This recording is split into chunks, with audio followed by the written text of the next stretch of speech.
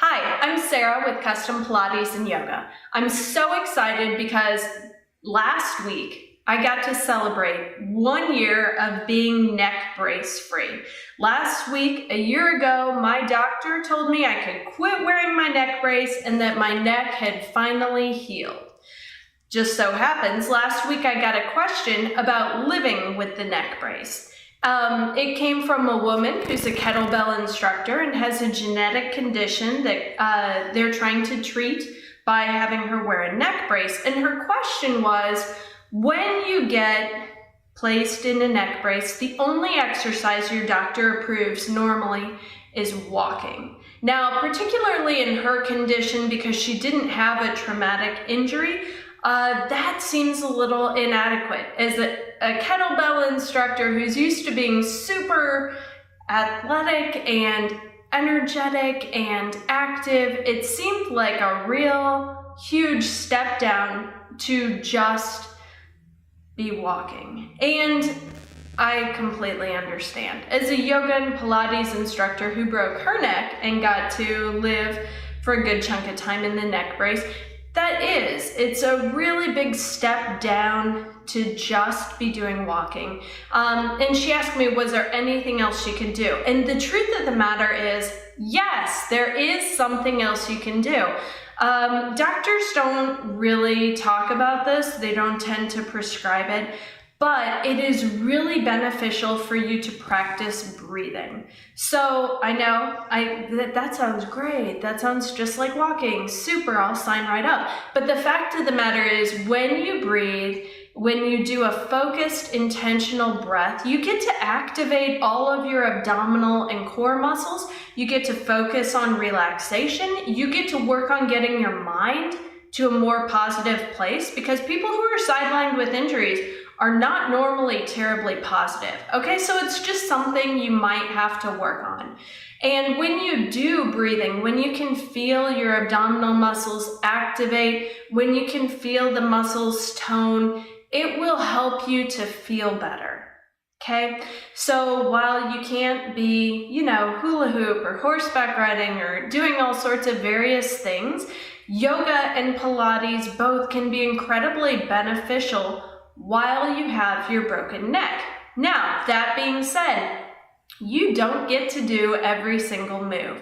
Anybody in a neck brace should absolutely not ever, while they're wearing the neck brace, do anything that puts their head below their heart. When you do that, the neck brace is going to slide. It's going to cause traction. It's going to put some traction on your neck, and that's going to be really, really painful. So the things that you can do in yoga and Pilates are very basic moves. For example, right now I'm in a seated posture, Sukhasana. Guess what? It's a yoga pose, okay? So even as I'm sitting here talking, I can work on finding my alignment, putting my shoulder blades on my back, and your neck collar is gonna get your head in the right place for you, so you don't need to worry about that part. And then you just sit here and you hold and breathe. And then you would take the time to notice, okay, as I send energy down through my sits bones, I feel nice and tall through my spine. Yes, I can let my shoulders relax. Yes, that does feel much better against my neck. Things like that. Similarly, another yoga pose you could practice, Dandasana. Legs are straight out in front. Again, you're seated. This isn't a huge deal, right? When you look at this, you're like, big whoop. But the truth of the matter is, it's the basic yoga poses that everybody must learn before they can move on to higher, more advanced poses. Take the time, learn something about basic yoga postures, learn something about sitting in Dandasana, or standing in Tadasana, or sitting in Sukhasana, and then practice that. And while you're holding in these poses, work on sharpening your body-mind connection.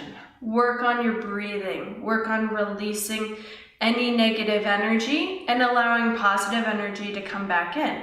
Now, in terms of Pilates exercises, and if you are a subscriber to my YouTube channel, you may have already seen this. I've got a good number of videos out there explaining how to do different yoga poses and Pilates exercises while I'm wearing my neck brace. One of the big keys to doing this is keep your spine in alignment. So here, my spine's in neutral. Sitting here, my spine's in neutral. With Pilates, a lot of the work that we do is on our back. So you come onto your back. Again, spine's in neutral. You always want to be in a comfortable position. If this ends up feeling stressful for you, don't do it. But you could do leg slides. You could let your right leg slide out and come back up. And when you're doing Pilates exercises, you would work on your pelvis being neutral, your rib cage activating and attaching to kind of form a cylinder for all of your internal organs. And then you let everything settle down toward the spine. You lightly activate. And so you can have gentle movements like sliding your legs. And you can have it go back and forth. But it's very important. Abs work to hold. If your spine starts moving, if that pelvis starts tilting, this isn't the exercise for you. Okay, so even though your doctor recommends walking, and walking is great for you, it'll help you to build bone, it'll help to heal any sort of issues you've got, there are also some things you can do by breathing. So go ahead, check out my website, www.custompilatesandyoga.com, or you can find me on Facebook, Pinterest. I've also got a whole section on my website about different yogic breathing techniques. And I've got information too on how to correctly breathe for Pilates. I hope you enjoyed this video. If you did, please give it a thumbs up and subscribe to my YouTube channel. Thank you.